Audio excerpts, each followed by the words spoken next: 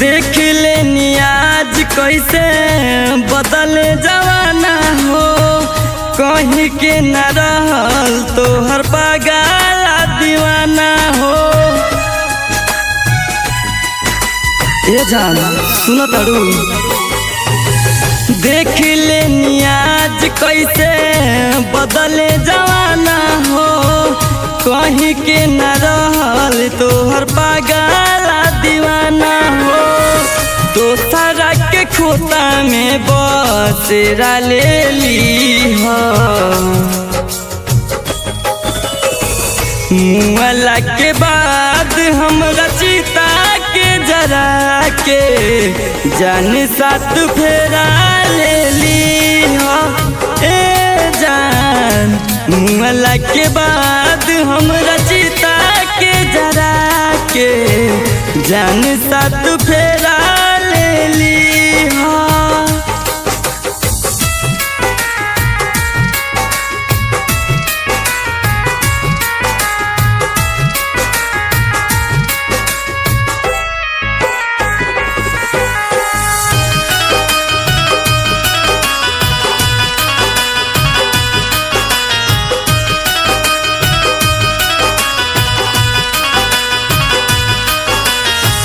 प्यार कैनी हम तुला गवलू दिमाग हो, कके बर्बाद जान होता तारू आज हो।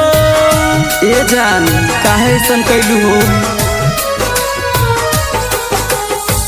प्यार कैनी हम तुला गवलू दिमाग हो, कके बर्बाद जान होता तारू आज हो।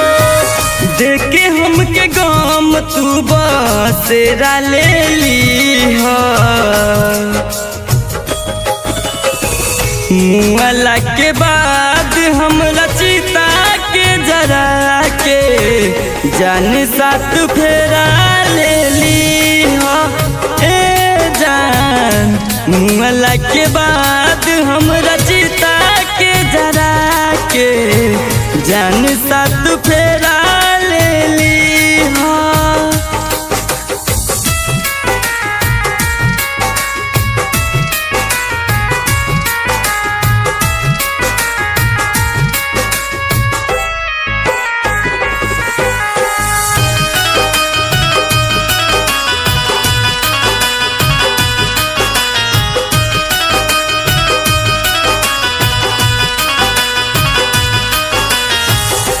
राजन रवि के न मनालू तू बात हो, कैले रहू प्यार के तू ही शुरुआत हो। ए जान हाँ मुनि बकीसन के तू मनालू न बात हो, कैले रहू प्यार के तू ही शुरुआत हो।